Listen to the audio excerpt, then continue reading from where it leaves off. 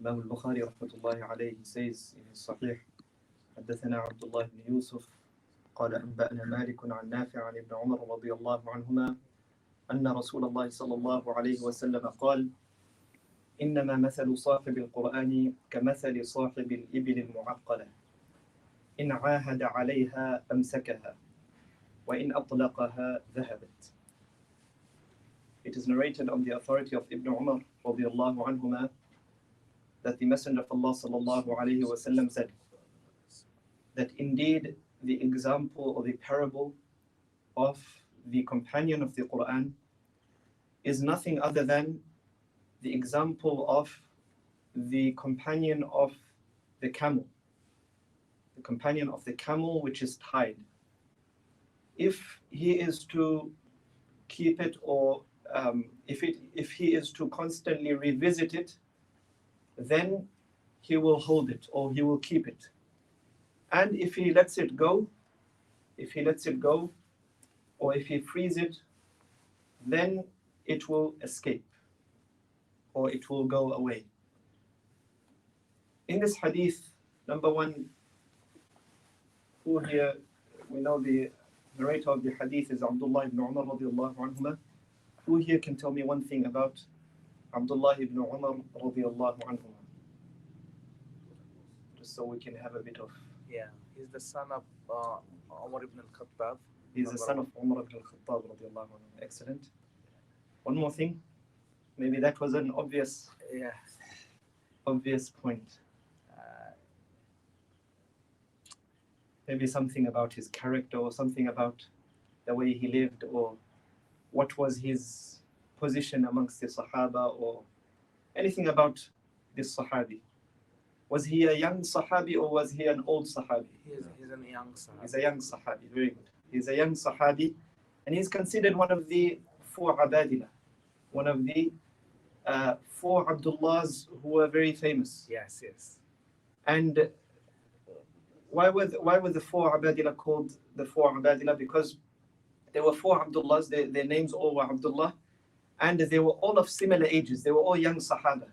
And that's why a lot of people get confused. They think also Abdullah ibn Mas'ud radiallahu anhu is one of them. But he is not counted from amongst the four Abadila because he was a much more senior Sahabi. He was a much more elderly Sahabi. At the time that Abdullah ibn Mas'ud radiallahu anhu was famous and well known for his knowledge and so on and so forth. These young Sahaba, they were still young.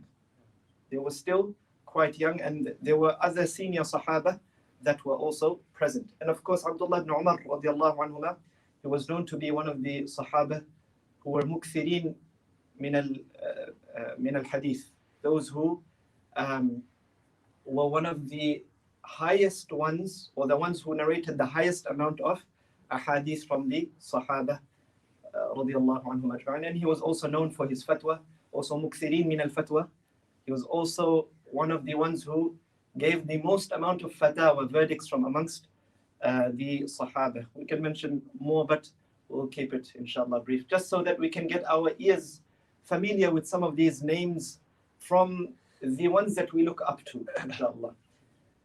In this hadith, the Messenger sallallahu alaihi wasallam gives us an important direction, an important instruction, or in fact, an important here also parable, which is that our example when we connect ourselves with the Quran, when we become companions of the Quran, meaning when we become familiar with the Quran, when we are able to recite the Quran, when we have a connection with the Quran, it becomes our companion, whether this be through memory or whether this be through our consistent recitation from the Mus'haf.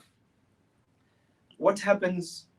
Our Quran becomes like the camel, like a camel that you have. So the camel is the thing that you have memorized, or the thing that you have learned. The more you go back to it, the more you revisit it, the more you will keep it, the more you will be able to ascertain that it's going to stay with you. And the more you ignore it, or the more you let it go, or the more you don't go and revisit it and see that it's properly tied up, the more easily it will escape from you. Okay? And subhanallah, the camels amongst the animals in general, they are known as opposed to the sheep. The sheep are, they follow the jama'ah, they follow the crowd, they follow the flock.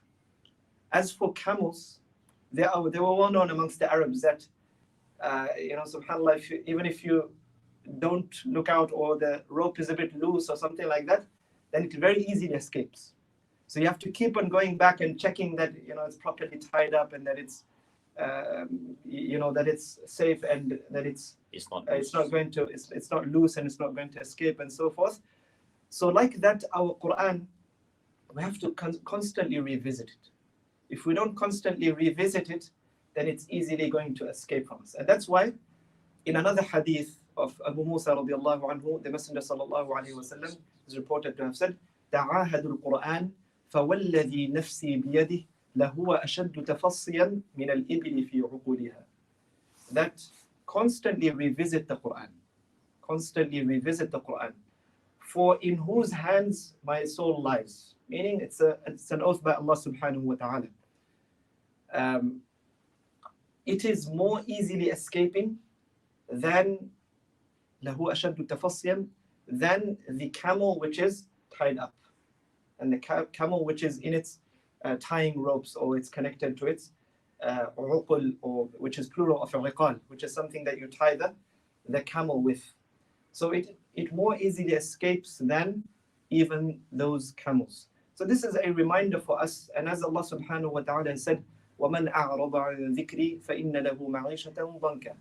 Some of the scholars, they took a general kind of understanding from this, that anyone who leaves the Quran, a person shouldn't leave the Quran for a period of time. That, for example, a week or a month, they haven't read the Quran.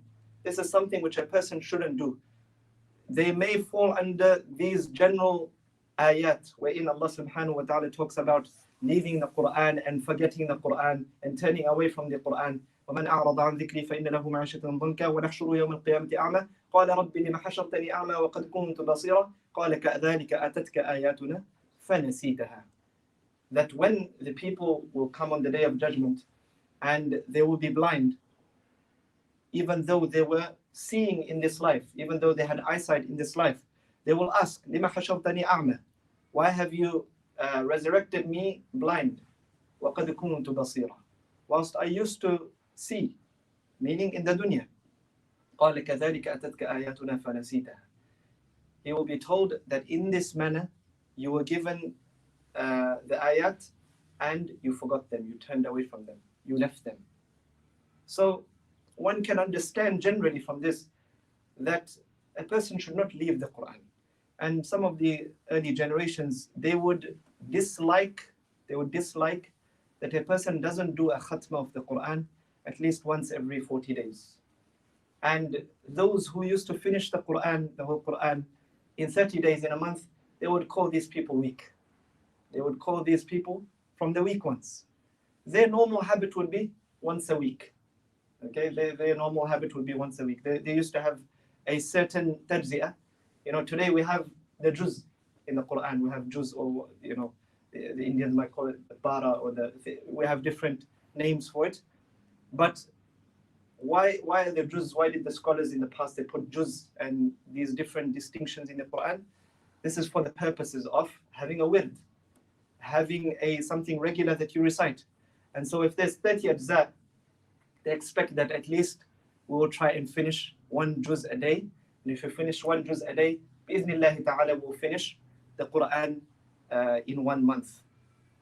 However, in those days, they used to have a certain tajzi also. They used to have 3, 5, 7, meaning surahs. They would split according to surahs. So they would say 3, 5, 7, 9, 11, 13, and then they would have mufassal. So they would do Baqarah, Ali Imran, and Nisa, which is one for one day, and then 5 surahs for the next day. Like that, they would finish in 7 days, and the last juz that they would have would be from Surah Qaf up to Nas, which is known as Al-Mufassal. This was amongst the Sahaba. This is something which is mentioned explicitly by the Sahaba, that they would recite in this manner. So, we should try and have a juz or a portion that we try and read daily, whether this be one juz we finish in 30 days, or whether this be something a little bit more than that even, or we should try and not make it decrease below finishing once every 40 days. So we ask Allah subhanahu wa ta'ala that He grant us tawfiq and He grant us understanding of the words of Allah subhanahu wa ta'ala and the sunnah of the Prophet sallallahu alayhi wa sallam. We ask Allah subhanahu wa ta'ala that He make us from the companions of the Quran. We ask Allah subhanahu wa ta'ala that He make the Quran a shafa'ah for us, an intercession for us on the day of judgment. We ask Allah subhanahu wa ta'ala that He give us comfort through the Quran in this life and in the next life. سبحانك اللهم وبحمدك أشهد أن لا إله إلا أنت أستغفرك وأتوب إليك.